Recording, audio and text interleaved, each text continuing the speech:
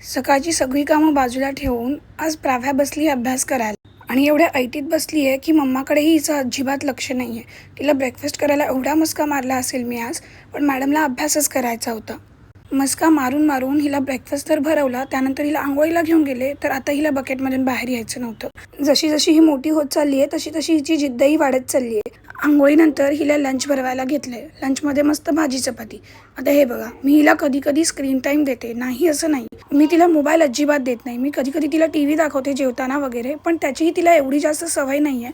ती मस्त स्टोरीज ऐकतही जेवते. आज दुपारी लंच भरवताना आधीचे 10 मिनटं तिने TV बघितला आणि त्यानंतर तिने मम्माला स्टोरी सांगायला सांगितली. मस्त तिला स्टोरी ऐकवत ऐकवत पूर्ण जेवण भरवून घेतलं. जेवण झालं आणि त्यानंतर मी कपाट आवरायला घेतले. प्राव्याही मला मदतीला आलीच आहे, पण मदतीपेक्षा जास्त हिची मस्तीच सुरू आहे. स्वतःहूनच स्विमसूट घातलाय आणि मला नाचून दाखवते.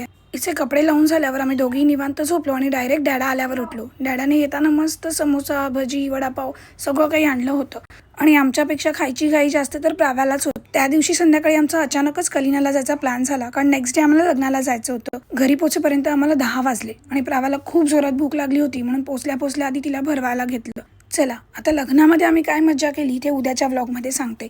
आय होप तुमचा दिवस छान गेला असेल. पुन्हा भेटूच उद्याच्या व्लॉगमध्ये.